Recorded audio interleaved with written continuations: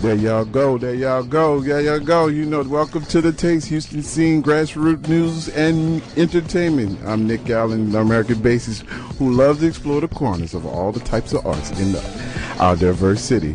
What's happening, fellas? I'm here with my guys. Cobb. What's going on? What's going on? I'm here with my boy Lumar LaBlanc. Yeah. What's happening? Where you at?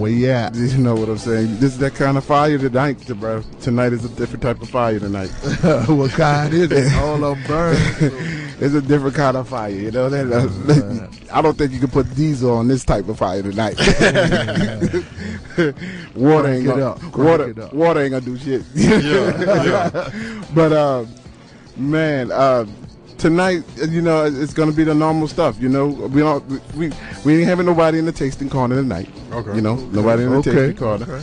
Okay. I do got a special guest that's gonna come in, and he where's Sabri? He's supposed to be here, but I'll get him when we come back. But you know, Cobb, we missed you last week, man. Indeed, you know what I'm saying, I had some family stuff going on. It was, you know what I mean, it's all good now, though. Everything cool? Yeah, everything good. That's good. That matters. Yeah. That really matters. So just wanted to make sure you all right. Yeah. You're a part of the family. You're part of the Taste family, baby. You know what I'm saying? You got to make sure you're around. So here we go. Let's so just in case I know you missed it. Yeah. So, you know, I don't know. And everybody needs to, whoever's listening out there, let it be known that we're a podcast as well. So you can actually get to, if you missed the show at this time of night, you can listen to it at any time of night. Anytime. Yeah. So let's go back to the playback for a little bit. Go. That was last week, everybody. So you know how that could be. You know, last week was we had Nicole Rochelle in, and she was like really like a firecracker. So you think that was hot, you know? And we had a lot of fun with her. Absolutely. You know, but let me tell you what's going on this week. You know, we're gonna do our normal thing. You know, pretty much. You know, Nick's commentary. We just did the playback. You know, we're gonna do our weekly pick countdown. Jams. You know?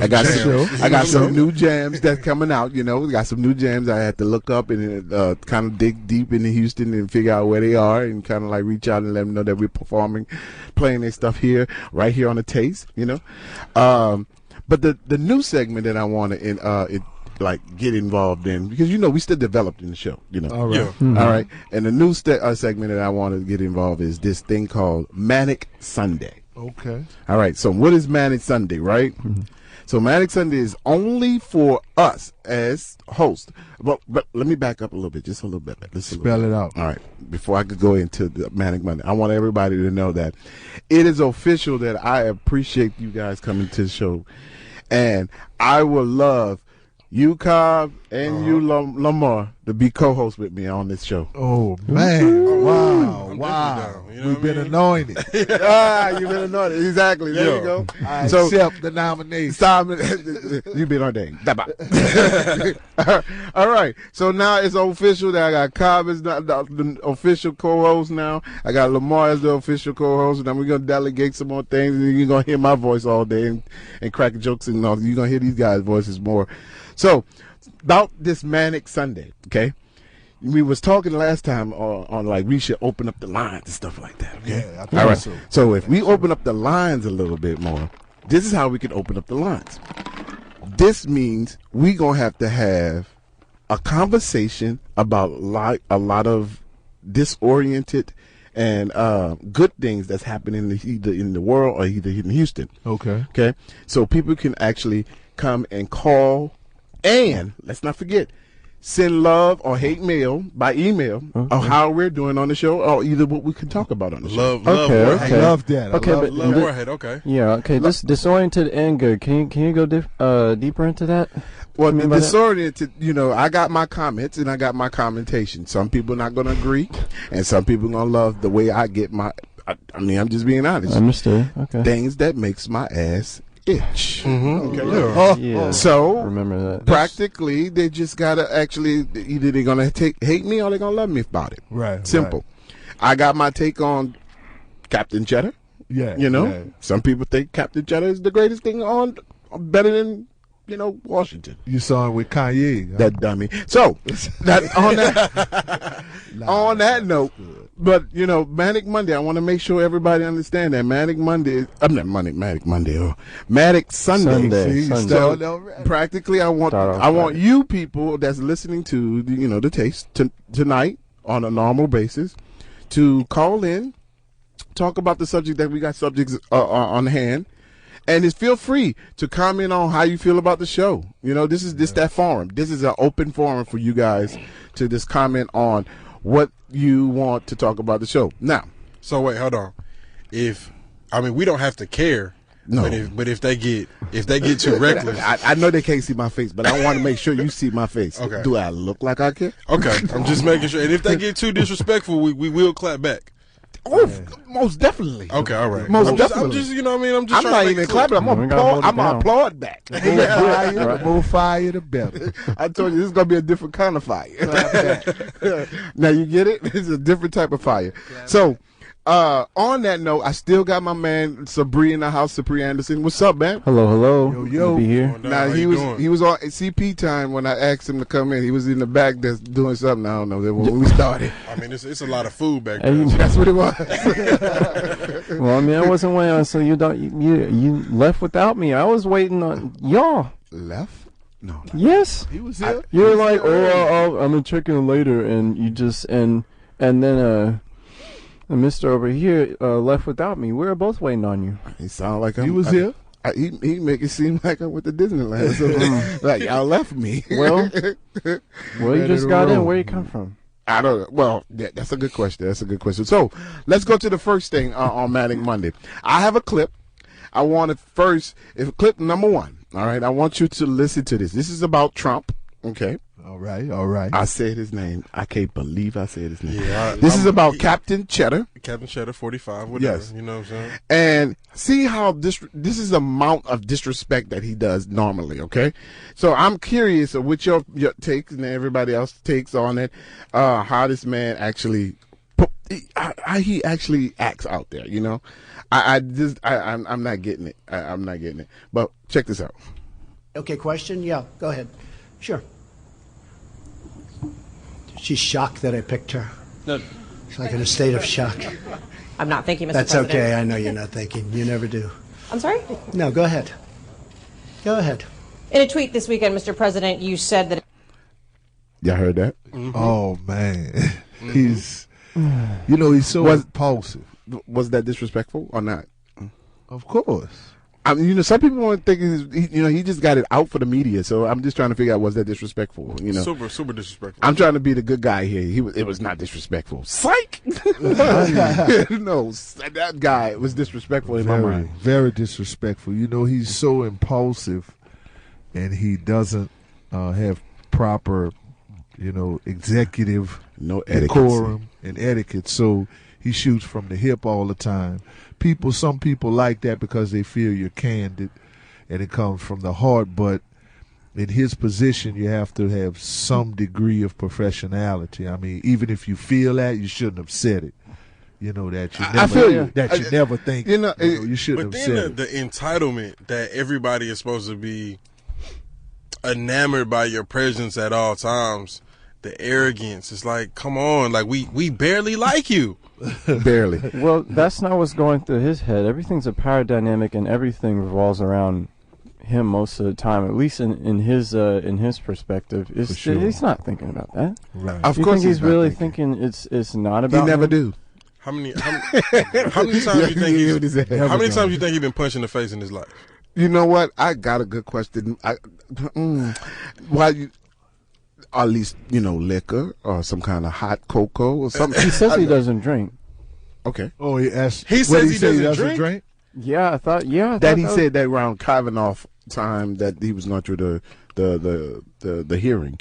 He said because Kavanaugh said, "I like beer. I still like beer." Right. So he's like, "I don't drink." So, okay. He's surprised that he was so very, very open about his drinking. Habit. I don't want to call it a habit. Yeah. I mean, he seemed like he's a functioning drunk, So, yeah. So, well, I don't alive. I don't know. I just found it very candid. Like he just, sometimes I also got to look at this guy. Sometimes I feel like, okay, let me make sure he's not joking, because sometimes he's trying to joke. That's what people say. That's what people say. Like that Queens area, apparently, like a lot of his stuff is not supposed to be taken. Like there's like embellishments and sort of like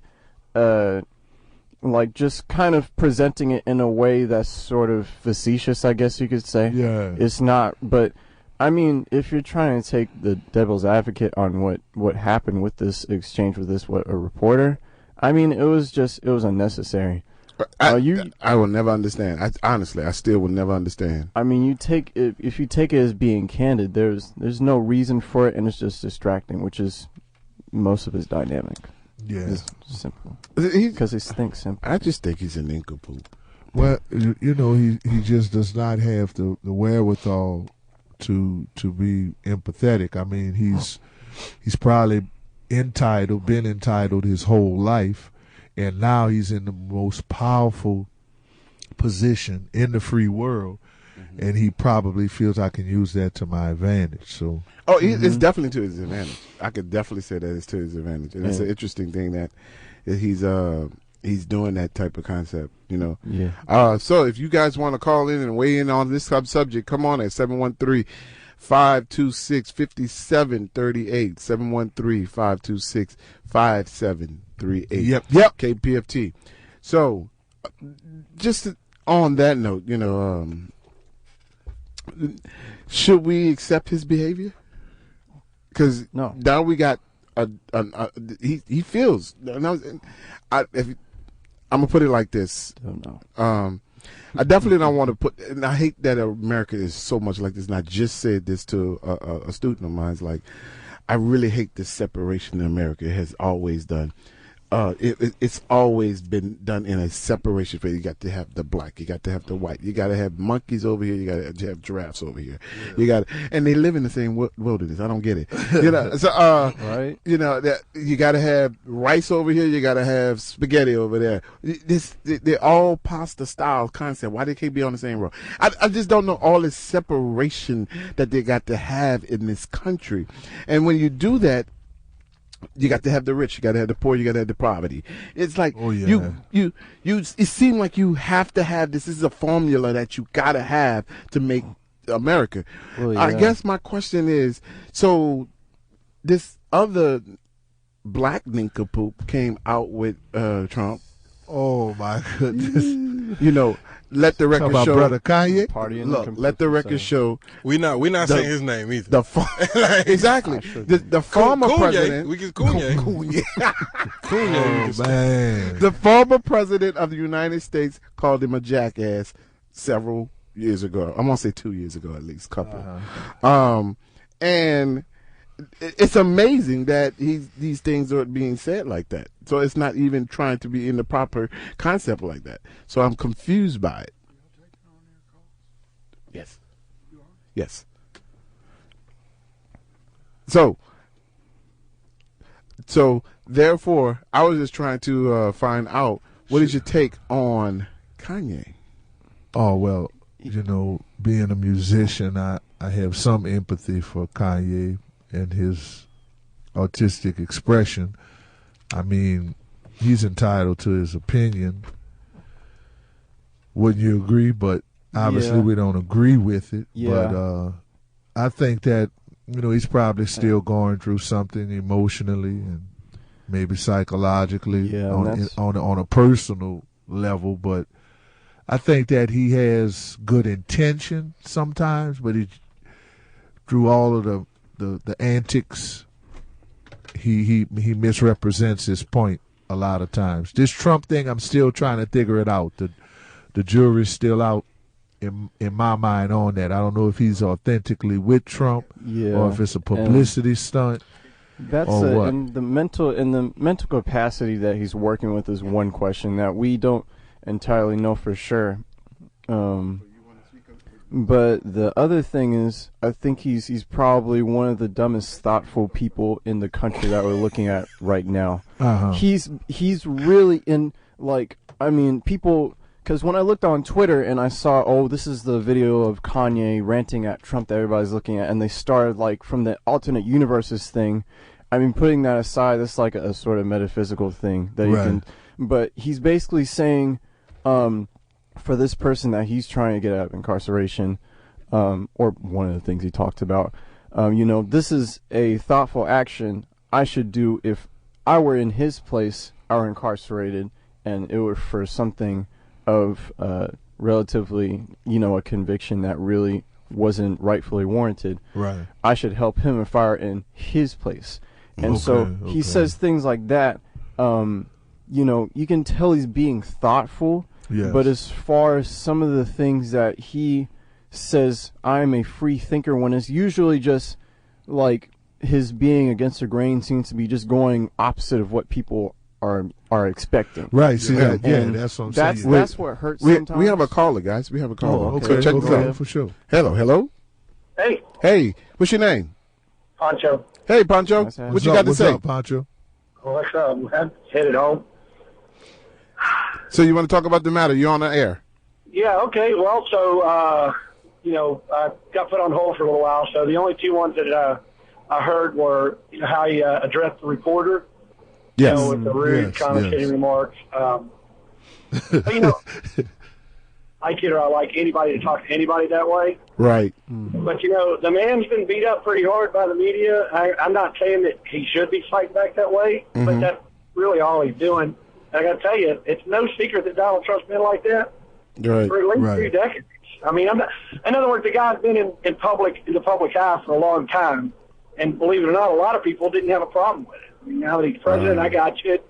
No one wants a leader to act like that. But by the same token, I mean, the media beats up on a lot of presidents and a lot of politicians. What? Can I ask you a question? If we're going to use that as a benchmark for politicians to be better people, Washington be a ghost town tomorrow. Right. Well, can I ask you a question? Yeah. So, what is your point of view on, because the media is beating him up, and you're supposed to swing back, but can you do it in a more educated, maybe some kind of, I want to use the word diplomatic, but sometimes diplomatic can mean you can kind of go at someone. I think Kavanaugh proved that I need to go at this. I need to bite at somebody. I can still sound like a man here. So I guess the question is, for this type of behavior, my question will be, I see that you disagree. I guess I'm not. I can say I disagree, but I'm not. I mean, I'm not going to take it personally. Right. Yeah, no, this is okay. Yeah, I think what he's saying, not necessarily that he disagrees, but he's just saying, like, this is this guy's record. Yeah. Why? Yeah. And to be fair to us as well, like, this isn't our outrage. This is everybody else's. He says something, that is obviously not really necessary, and then it's put on the country to judge something that's not important. I get it. And he just acts this way, and so that's how it reflects on us. We have to reflect on these sometimes just not intelligent things that he goes on about. So. Okay, I can honestly tell you, I do like the way you put that. Okay, so that's what I'm saying.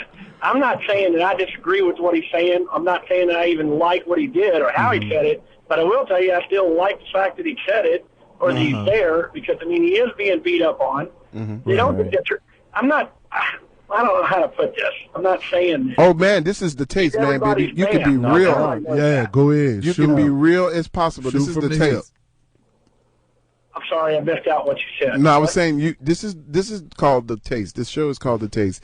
And here at this platform, I love to have Houstonians to be honest as possible. Right. Well, so that's what I was saying. Yeah. The way your other gentleman just put it is that, we can't, it's not to say that, like I say, it's been like that forever, and nobody had a problem. I'm saying nobody, that's a relative term, by the way. But, us as Americans, that doesn't mean we're like that. I'm not saying we have to answer for what he said. I think he answered for what he said just fine. I'm just saying I don't think a lot of people like it. I got that. But, I don't know. It's a complicated situation. I think the other guy said it better than me. Yeah. But again, like I say, we don't have to agree with him. No.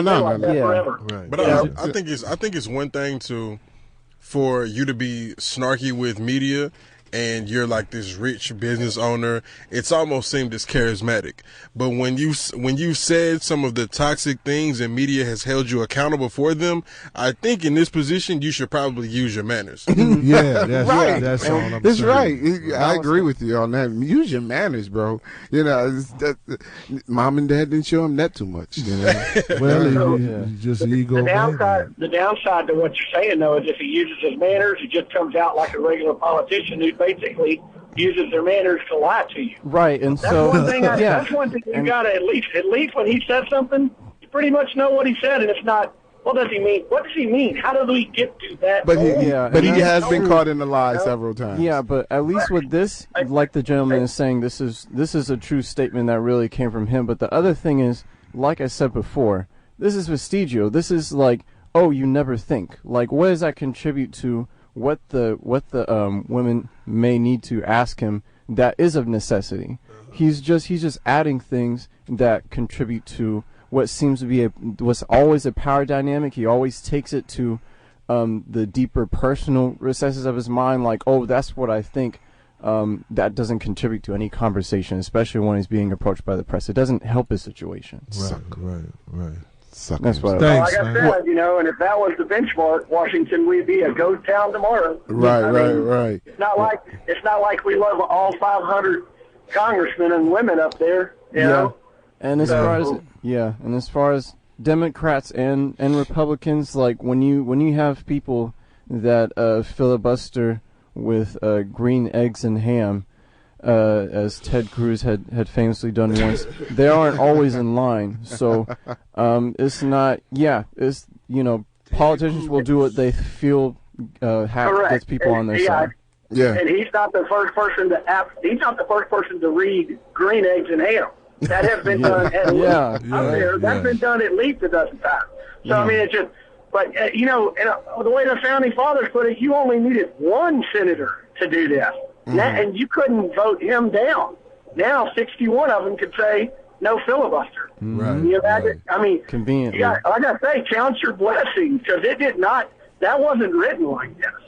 Even senators weren't even supposed to be elected by the general public. And I'm not saying we shouldn't elect them that way, but that wasn't the way they were that the founding fathers had them elected. They were elected by their state senates. So there's all kinds of things that have changed. And I mean, we got a lot of good legislation, and we got a lot of stalemate. We got a lot of arguing. We got a lot of bickering. Right. To be honest with you, the congressmen and women, they don't want to do their job. I'm not blaming them for anything. I'm just saying that they decide they're going to pass their problems onto an administration. Could be Trump, could be Obama, could be Bush, could be Clinton. It doesn't matter. Let the president deal with it. The president's not a king. It's not a monarchy. These guys and women are supposed to do their damn job, and they don't. Right. I mean, it's too hard for them to do their job because they can't get elected. Yeah. They're going to piss somebody off. Right. That's right. Well, thank you, Pancho, for calling in. We appreciate you. Welcome to the Taste. We love your input. We got to go to a break and kind of go get these things paid out for, But thanks again, Pancho. Peace. All right, man. Thank you. So let's take this break real quick. We'll be right back. Yes, y'all. We're back. You don't stop. Oh, there you go. Look at you. All right, gentlemen. So let's go to this next one. I got clip number 2. I want to see what your whole thought process could be like on this one. Joining me now is Michael Norris, who you saw and heard from in Joel's report. Good morning to you. Good morning. What was your experience in the Catholic Church, and how has it impacted your adult life? I was sexually abused as a child. I was 10 years old at the time.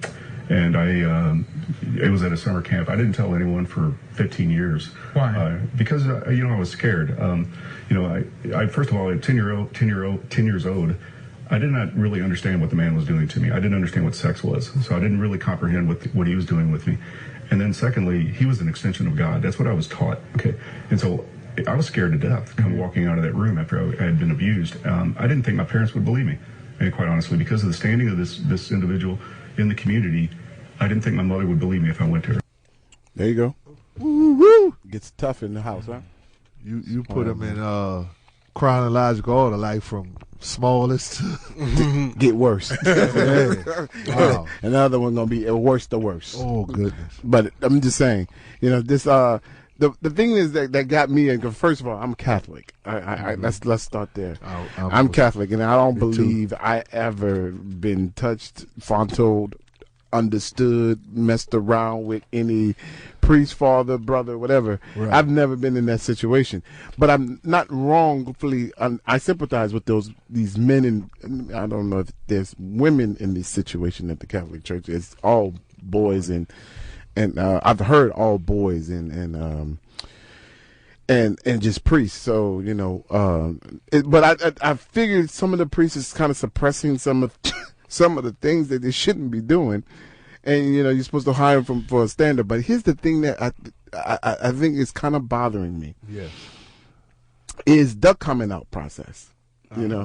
Nothing wrong with coming out at a late age, but how late do you have? I mean, these guys say he was abused when he was 8 or 10 years old between that time, and he told someone at 25, and so far he came out at the age of 35.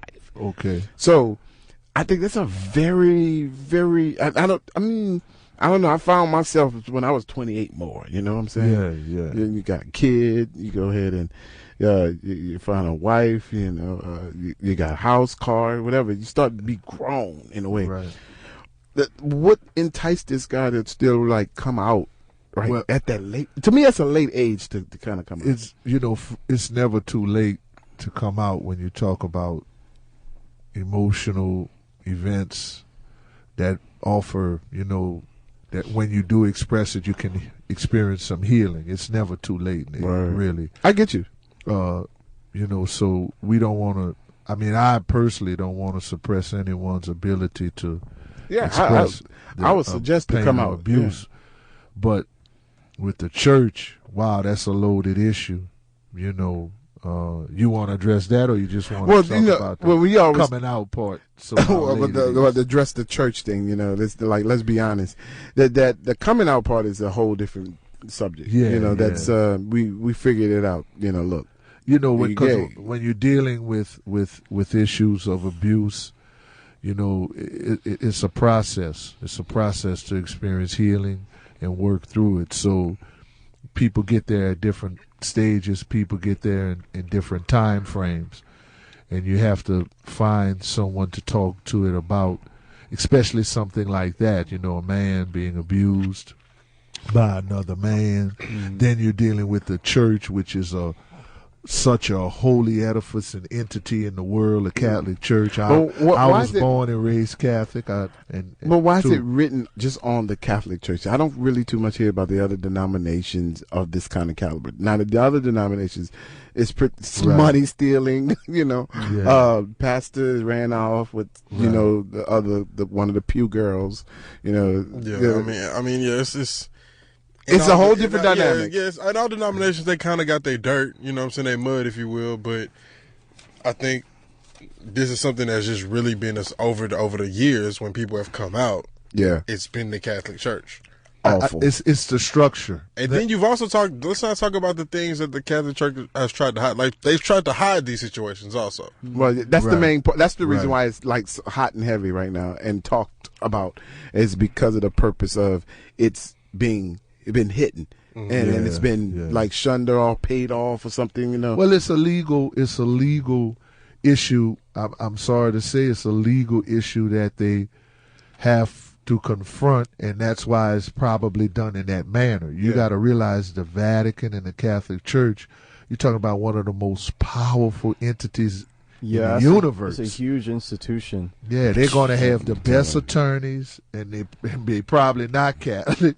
They're going to be whoever. They're going to have the best legal structure. They're going to have the best of everything. I've been fortunate enough to have a performance near there, and I've visited the Vatican. It's incredible. I don't know if any of you've been there visually, and it's highly sophisticated. It's security, everything, and just on a whole level, you got to realize the Catholic Church has done so much in the world.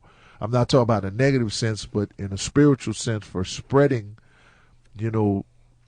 the mentality of a belief in God and Jesus. So, Yeah. you know, I'm not trying to get religious here, but I mean, that's But it what makes they've sense. I done. mean, you make maybe- plenty sense. That's the point. Yeah, maybe I'll have the opportunity to really get to visit there. But as someone that didn't grow up Catholic, I mean, it doesn't really differ that much between denominations. When you look at even though, like, you're talking about the legal defense that this huge institution may have, should it not be about that? Really, it should not be about. You're correct. It shouldn't be about that. Yeah, but unfortunately, when we're trying to defend, you know, the pureness of the defense against corruption of youth against these people that proclaim themselves to find comfort and trusting in the Lord, and then they have them do stuff like this. Right. It shouldn't be about how the church is defended. It should be about how these people's lives and their relationships with God change, as a matter of fact. So you're 110% correct, but Unfortunately, people have a very hard time in separating the spirituality and the humanistic part that exists within the structure of the Catholic Church. They look at the Catholic Church as majority of people, especially Catholics, look at it as this is the salvation probably of life, and they have a hard time separating that from, well, it's a business, right? You know, because I was thinking the same thing. Like the Catholic Church it has systematic implications also. Yes. Very well run. I'm telling you, the best accountants, the best lawyers, the best advisors. It's not just we just picking you strictly based on your spirituality and how you profess, you know, your sermon and gospel. Mm-hmm.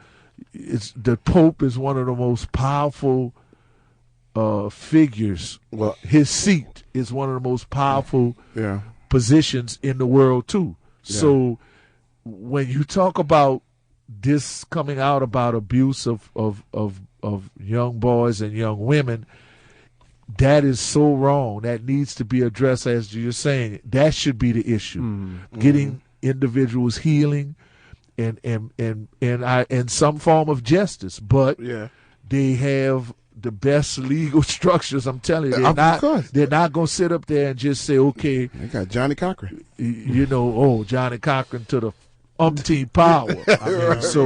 They're being advised, I'm sure, look, don't say nothing, don't do this, we'll handle it.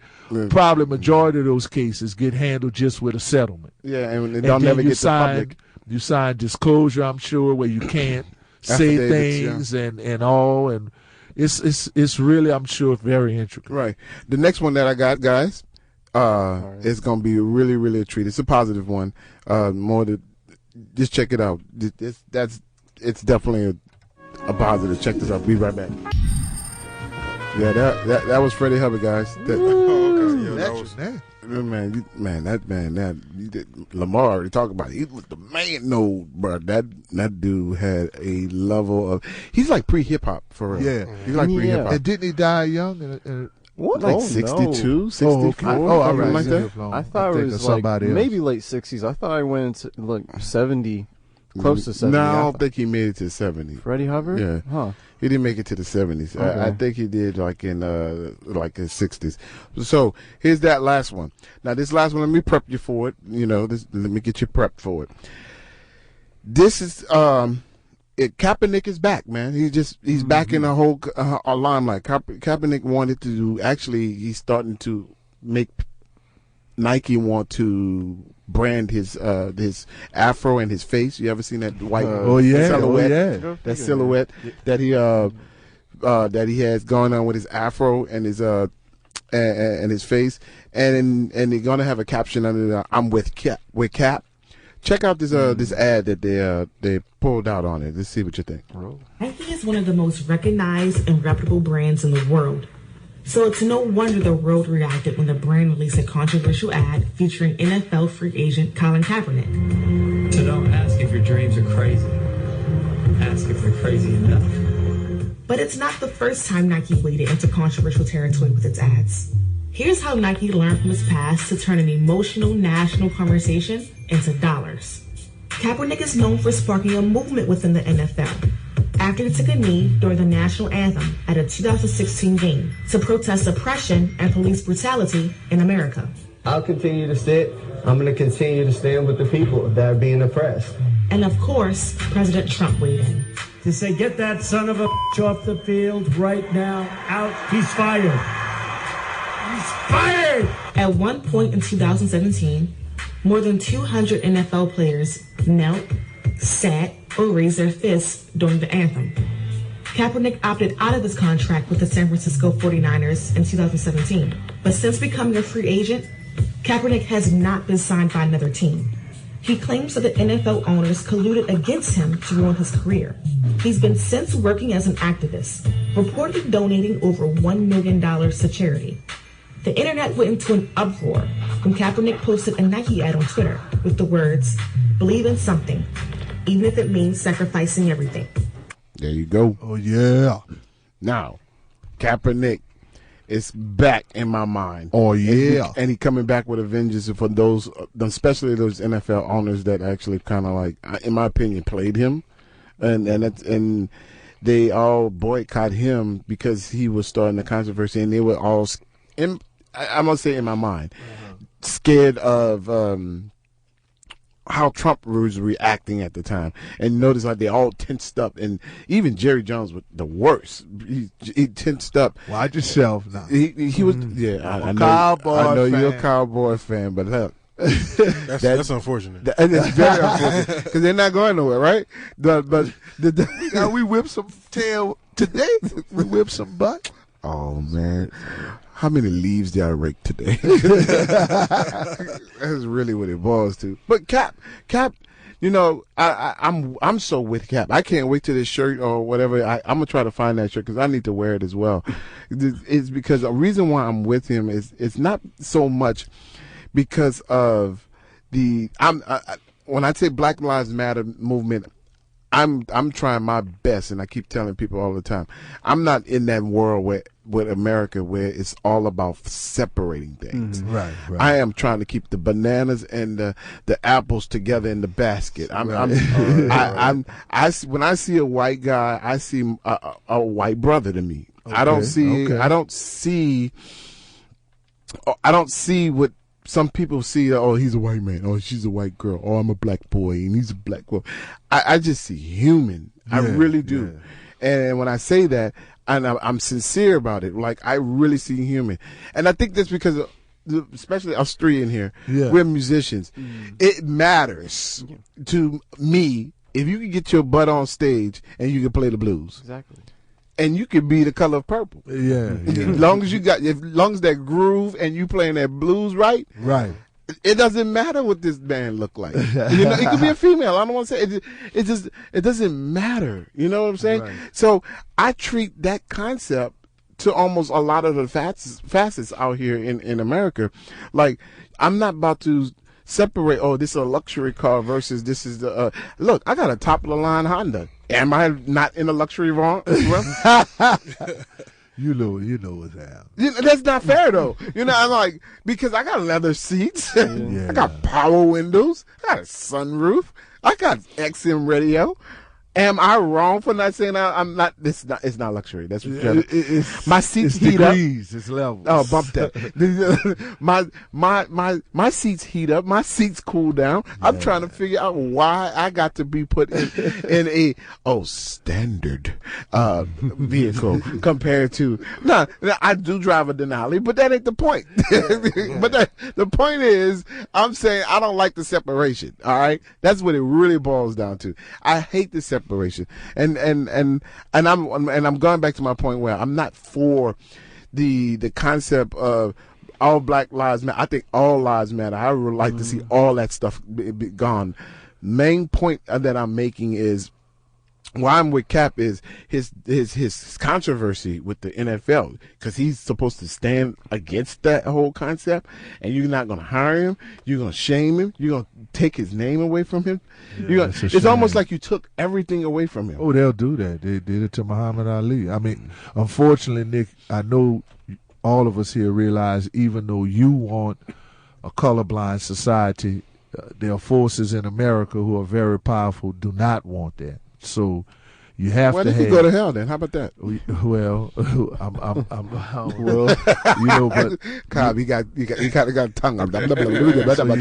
You got to have forces like Kaepernick to stand up and bring issue to a segment in society who has constantly been ignored. And you have to do it in the manner that he has done it in order to get a response. And that's why you have to have like Black Lives Matter or whatever group matters. It's not that he's doing it for separation. He's actually trying to bring more attention and inclusiveness so that these issues can get the same attention as other issues. And this has been a long-standing issue in our community, in the black community. You know, police brutality, just discriminatory acts in general, and racism. The effects of racism are so powerful. So, you know, definitely we support Kaepernick, and I applaud Nike, even though I love Jordans and everything. But that's beside the matter. They just made my Jordan wearing time even better. So more power. I don't know. It's kind of weird for me, because I believe Nike got behind Cap. They didn't necessarily get behind the message that Cap was bringing to the forefront. Like, it's kind of like they just got another logo. That's a great point. They just got another logo, and it's just like, we're gonna run with this. We know there's an audience to sell to. We know we can make money. Like, I feel weird. I just feel weird about it. No, yeah, and that's a good point, especially when you think about how like Nike wouldn't have gotten behind Kaepernick if they didn't think this would be, you know, financially beneficial to them. They couldn't have not made the calculation. If I get behind a so to speak disgraced court, and just first and foremost, I'm not someone that professes to know a lot about football, but the concepts are more universal to us as a country. How you think there isn't money to back up being behind Kaepernick, as opposed to all the NFL owners that are not. Like, it's kind of the joke's on them. Like, they're not behind this. Yep. Obviously, they're not speaking on behalf of Kaepernick. Well, I mean, you make a great point, Cobb. I'm gonna honestly tell you, I think they are behind the message. I don't think he would have signed that deal with them if they were not on time. Yeah, he's authentic, Kaepernick. But let's be honest with that. I feel like Cap is authentic, but he's also a person with light bill. But here's the second part. Here's the second part to that. All right, here's the second part to that. You got the powers that be, like my man would say, Lamar would say, to kind of help shape that. There's look, we could be behind you and your message, but let's frame this a little different. The company don't want to take a certain risk. We are not literally for Black Lives Matter. I mean, we are literally for Black Lives Matter. I take that back and say, but can we send the message for a controversy a different way? I believe, you know what I'm saying? I believe that if a Nike check is on a Black Lives Matter shirt, then I believe Nike's behind it 100%. If Nike puts out a I Know My Rights t-shirt, then I'm behind that. But I doubt a Nike sign will see any of that stuff. Well, let's see what that brand with the afro. I mean, like, that's really what I'm waiting for. Can I be honest about this situation, just about Cap? Literally, in my biggest honest opinion about this whole situation. This has been the blackest he ever been. Oh man! I'm not meaning in culture. Yeah. I want to make sure I'm clear. It's meaning as how the media put him out there. When he first got into the NFL, He was the story is he was adopted by the white people, and he was and he's half black and he's half white. He's a mixture guy. He's got a great story and blah blah blah. Soon as he kneeled, look at this black boy. And then he really became black when he grew the afro out. That's what I was about to say. That you don't think that Nike saw that fro and they're like, oh, well, we don't explicitly support his statement against brutality against blacks. You don't think that fro makes a difference in his image? I was about to say that. Well, I mean, branding is the calling card for any product. I mean, so we know that's going to exist, be it Folgers Coffee, Nike, Apple computer, whatever.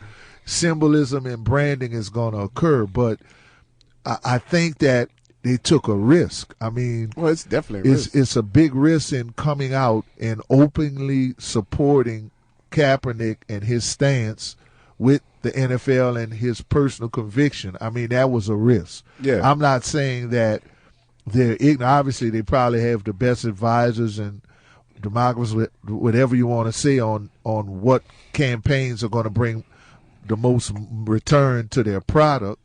I'm not disputing that, but you have to, I think, in some form or fashion, applaud the risk that they took. You're not going to have, I don't know, what's one of the most American products, more American than apple pie? I know Ford or something like that. Right. They're not going to take that stance. Yeah. I get it. Even if someone in the boardroom says this may bring you billions in the end, Ford is not going to take that stance. The NFL owners and the NFL, they're not going to take that stance. They're a brand. That's $billion. Yeah, branded companies. They're not going to just completely get out there like that. Yeah, I so the stock plummeted not plummeted, but it went down at first. Yeah, but it came back up. But it came back up because, like I'm going on the ball that you passed to me. You want a mixture. You want a culture that's multi-faceted. I definitely want to. And that's what Nike's trying to, in this campaign, and probably a lot to try to show. Right. You people got fired for taking stances. I mean, people lost endorsements for certain stances. Yeah, let's not forget some of the other athletes that were on the first ad that came out. Like I remember, I think Serena Williams was definitely on there. Charles Barkley, he was Yeah, definitely a right. controversy situation with Michael Jordan. Yeah. Remember when there was Michael Jordan is the epitome of what an athlete should be like. He's squeaky clean in his life. He got a marriage, children. No, the story came later. Let's talk about when he was in the NBA. But Charles Barkley came out with a Nike commercial and said, "I am not your role model." That's simple. Right. It's simple. I'm not your role model, and I'm going to continue to be this guy, and that's controversy. So Definitely. they were good at controversy. They actually bring it into the forefront, and like I said, they frame it differently. They making the statement, Cobb, but they just frame it differently. Yeah. So let's move on. We got to go to the next segment. Then we're gonna go to our weekly pick. And then, of course, we got to end the show, right? All right. All right. Check it out. Here's my take on things that makes my ass itch. This week's commentary of things that makes my ass itch is about people who got so absorbed. I had about enough of the picture taking. It's even more annoying to go to your social media feed and see people posting food that I'm starting to believe that they can't afford. That's why they're taking the pictures so they can remind them of that moment. It also gives me the perception that these people pretending to live such an elegant and unrealistic lifestyle. It's actually getting on my nerves. Now, this is not a hating move that some may think. If you believe I'm hating on this idea and I can just block or remove the person from my feed, then you're the guilty one I'm speaking of. To finish my statement, I'm sure other people notice your hard work and you deserve to visit the restaurant of your choice. But I think we're losing sight on what's really important. To eat or socialize. I have really sat at tables with people breaking the vibe to take a damn picture of their food and then posting the picture right away on social media. It's about 2 to 3 minutes wasted. Most likely I'm halfway through my food. Here's a challenge.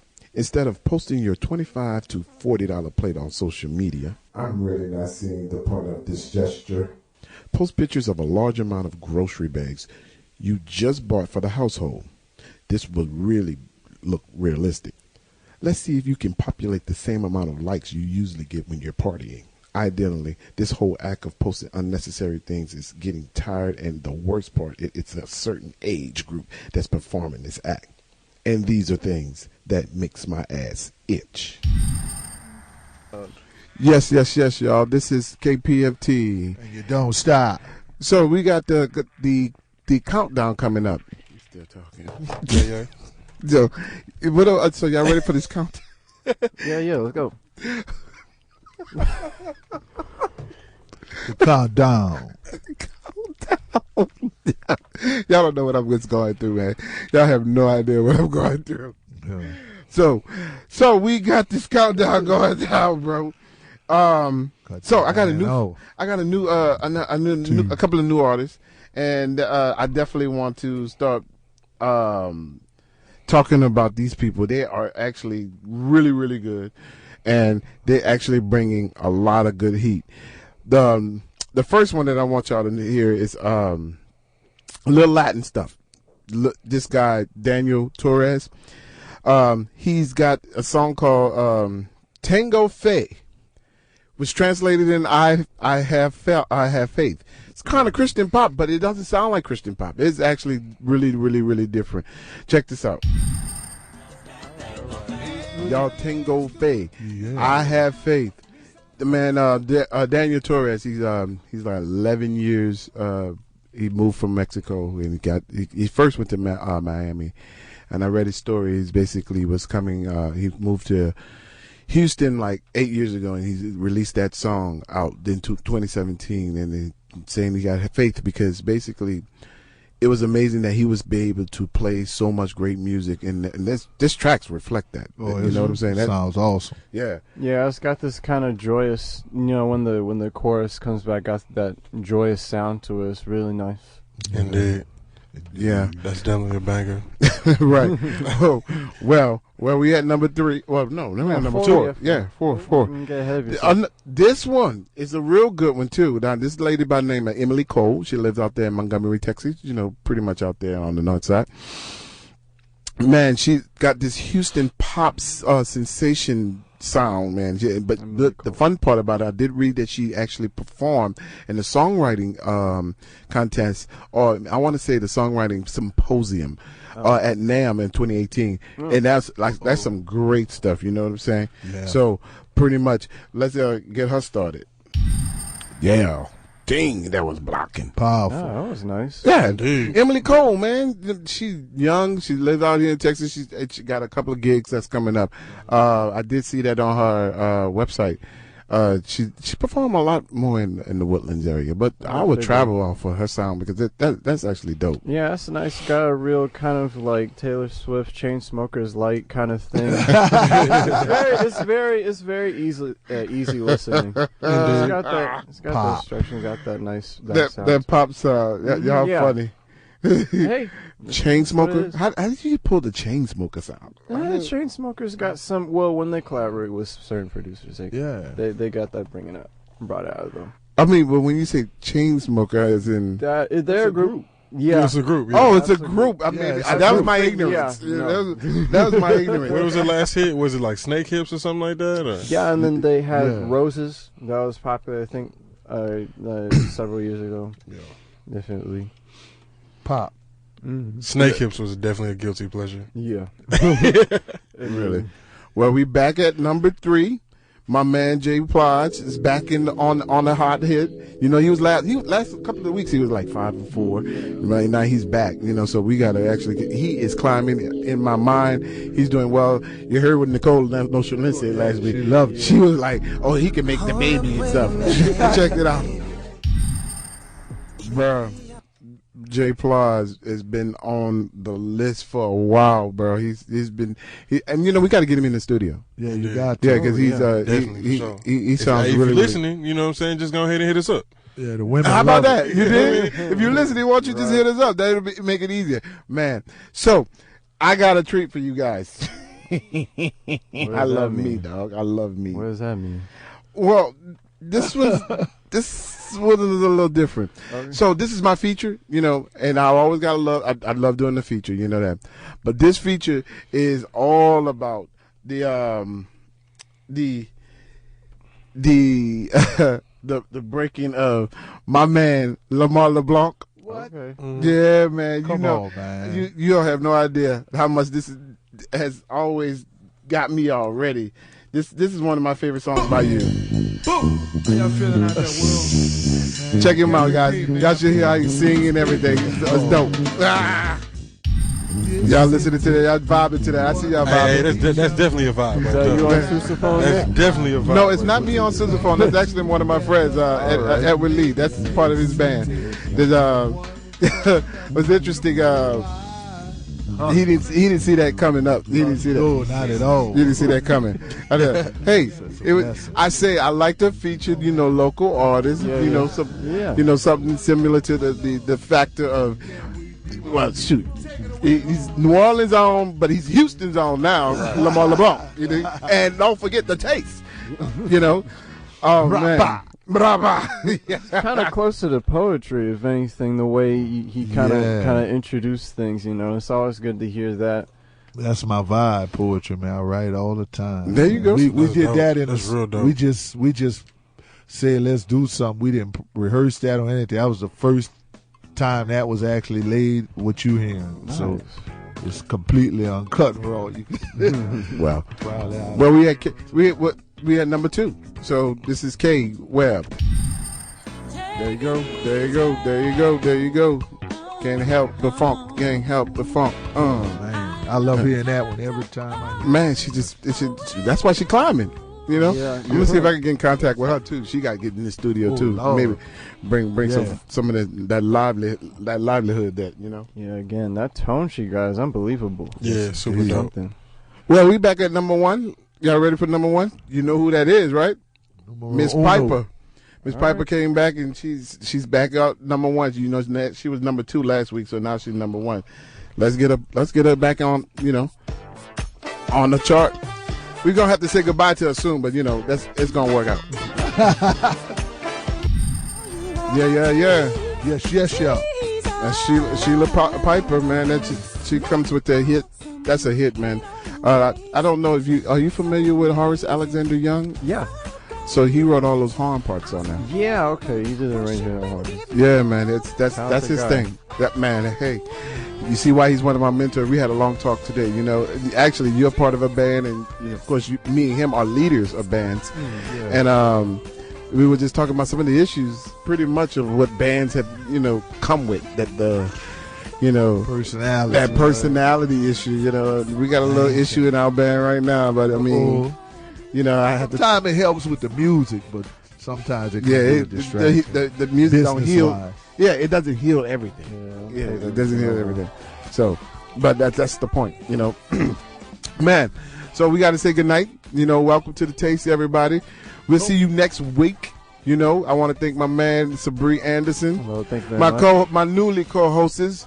You got Lumar LaBlanc. Yes. You got Cobb. What's happening? We'll be back here next week at the same time, same bat channel.